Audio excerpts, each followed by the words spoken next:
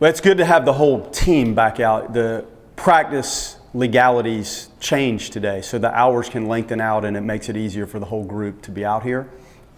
So far, so good. You trust that the programming Micah put together for the pitchers and Phil and Jamie, our trainer and strength and conditioning coach, they had to be followed over the break. So we trust that the guys did it, and it sure looks positive. And then you start to face live hitters, a couple weeks ago, and get into some extended outings, pitcher, catcher, hitter, and then that evolves into today, which will be a scrimmage. So we're playing 6 innings, and you just want those arms to be healthy. I think the dynamic nature of some of the things you'll see out of the pitching staff are really refreshing. We have some more depth. Have to stay healthy. Like, this revolves around their health, the pitchers more than anything else. But I really like the progress that I've seen, especially on the pitching staff. We have more athleticism. We clearly have more depth. We have a little bit more balance positionally, more depth behind the plate. So I like what I've seen so far. And then you take one step that puts you into a little closer to game mode when you're actually scrimmaging. So now the sliding and the things that come up when there's a group out there, you try to get into that and get through that and just kind of build the pitch counts and build the endurance of the position guys. What were things you were looking for when you were looking at arms? I mean, everything. Like, can you have a left-right balance? Can you have some guys that profile as legitimate starting pitchers that can deepen these things out to shorten the back end of the game? Can you have variety on the back end of the game to match up, to gather outs at the end? It revolves around the upper end guys being the best versions of themselves. You're always going to have older guys, and this year I think probably a little more evenly spread in terms of the age of the guys. So you've got those older guys and the more physical guys and guys that have been through it a little bit that you need to lengthen out if they're going to have an opportunity to be starting pitchers. Then you turn to some of the variety, and we have a couple guys with some octane that we feel like we can use out of the bullpen to get out of some jams, and that's what you look for. Now, in the recruitment process, you can't always nail that. Like, sometimes, especially this summer, we added 9 Division I transfers and then our 4 JUCO guys and 13 freshmen. Some of that's easier to do, like through the early signing period. The transfer whitewater world that we all live in, you can't always put the pieces of the puzzle like exactly how you want them. So you may have ended up with more lefties than you expected, and that could be a great thing. There may have been something that popped up later in the process that you didn't expect, that you were able to grab, that changes the look of the staff. So at the end of the day, it's functional arms, the number of arms to give you some depth and cover you if you do have some injuries. Last preseason, I think you would talk about some of the concerns you had and played itself out. Are there more things that you're encouraged about going to this preseason as opposed to where you were at last year? Well, definitely, and the physicality stands out to me. I like it. The other side of that is our defensive consistency. Like, I've seen evolution with the physicality and some of the ability of the guys to drive baseballs and make difficult throws just with better strength and understanding. We still have to be cleaner at times. I still see moments where I feel like we're not as efficient defensively as I would like. So if you were to watch this, and our practice plan is actually on the screen over there, a lot of it is the team defense and guys working together and figuring out the nuances of how to play just really clean fundamental defense. So much further along, but still have some concerns. And then on the pitching side of it, I feel like we're in a pretty good position with the nucleus of guys that could start. Then you turn to, all right, when those guys, you get to the 6th or 7th inning, like, what are you able to do to close games out? And that bullpen is critical. When you can shrink the necessity to use that over the course of a weekend by good starts, then clearly it diminishes the risk that you have, like, on the backside of the games, because there's not as many innings to account for. So I like what I see, but I do still have some concerns about the ability of the bullpen just to manage and kind of harness what I see as good stuff, but maybe not as consistent, like, towards the back end of how I would view games. How many, guys are in you're stretching out now, kind of in the starter conversation at this point, 3 weeks out, and when do you like to have that kind of shored up? Yeah, we're about 6 right now, 6 guys, and then I would give it probably this weekend and next, and then we have to make some decisions on what to do. Not ready yet, and you're talking 2 or 3 inning spurts, and for some of the guys that maybe had something going on at the end of the fall or in the offseason. Some of these guys are still making 1-inning stints. So eventually you may shorten it and let somebody get used to throwing like on a Friday, Sunday, or a Saturday, Tuesday to try to prepare them for what it feels like to bounce back when we get to the season. How beneficial was it to have a full offseason with a lot of these guys for the first time? Oh, huge. And their desire to go play summer ball. You look at what some of the guys did in the Cape. Like, you can lift weights and do all the things that make you more athletic.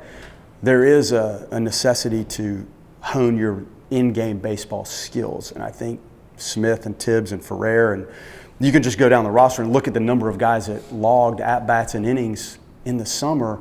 That's going to show up on the field today, and it'll show up on the field on February 16th. It's just a better understanding of self and a better understanding of the gamesmanship and what's going on around you as you compete. Obviously, you're trying to have the best talent possible, but how nice is to have some local kids on the team as well this year? It's cool, and I think it should be that way. Our nucleus recruiting needs to start here, and then clearly you have to expand out. Like, it can't all happen in Leon County. Now, if there's good players in this area, they should be in our uniform. And I hope that we can continue that. And it's good to have Faroe and West back here.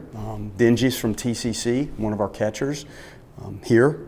And that's how it should start. And then you have to spread your wings and go out. And the transfer landscape gives you an opportunity in the summer to grab and try to fill with some maturity and some experience. Those two guys would be good examples of that, and to try to slide in and complete the roster. How do you feel like the defense is developing specifically up the middle infield and behind the plate? So much more depth behind the plate. Colton Vincent gave us absolutely everything he had last year and was really good. We have 4 or 5 guys now that could go back there and handle that position.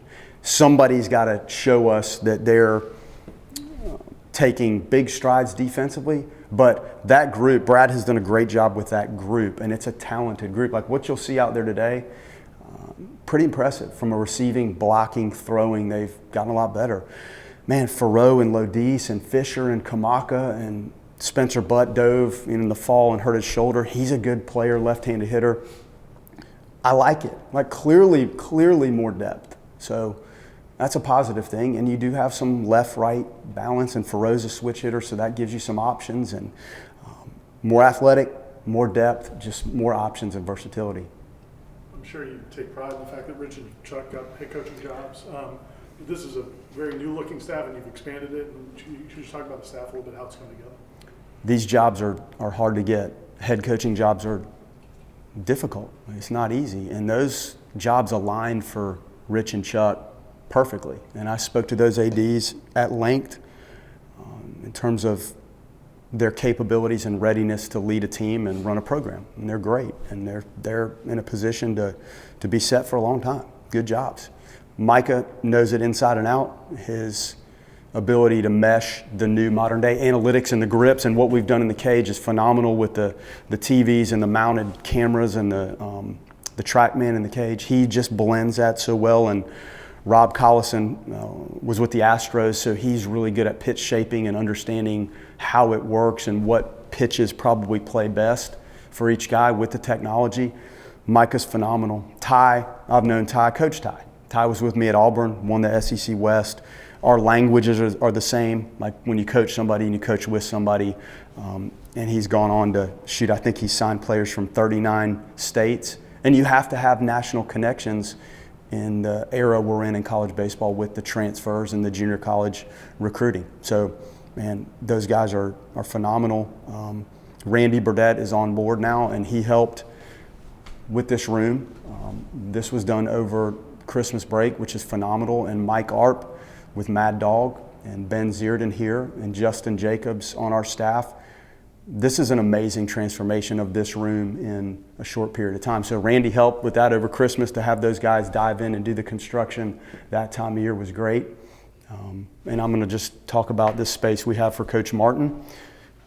This is the best there ever was to put on a uniform, and the number of wins, the way he carried himself.